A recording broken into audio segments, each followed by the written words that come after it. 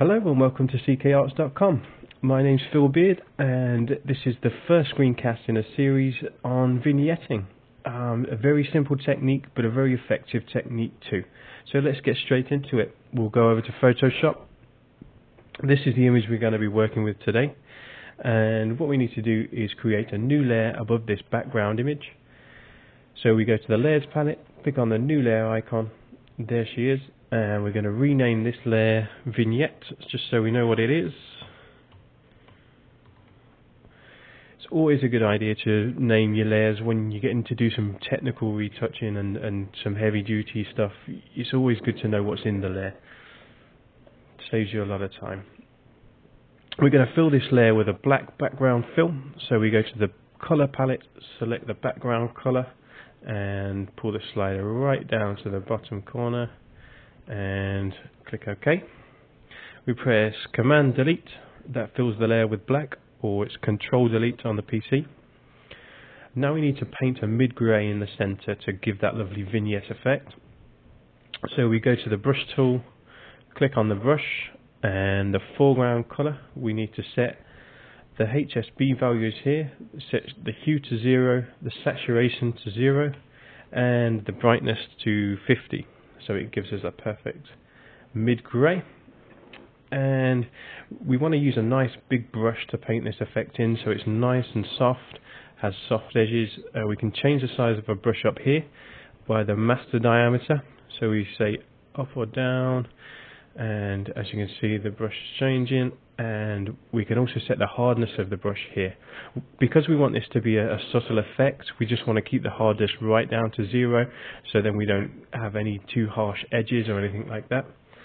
So we can also change the brush size using the curly bracket keys on the keyboard.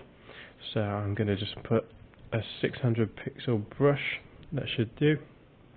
And we're going to paint the grey nice and soft. As you can see, it gives that nice graded effect. So then we go over to the layers palette and we select soft light as the blending mode, and if I toggle this on and off by clicking the eye, you can see the difference that it makes. So that's basically the vignetting tool. We can add to this effect if we take the vignette layer and pick it up and drop it on the new layer palette. You see it intensifies it by another 100%.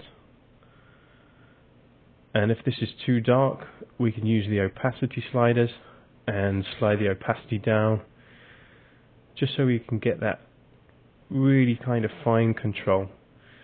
Another thing that we can do as well is, because we're painting with mid-grey, it doesn't really affect the colours.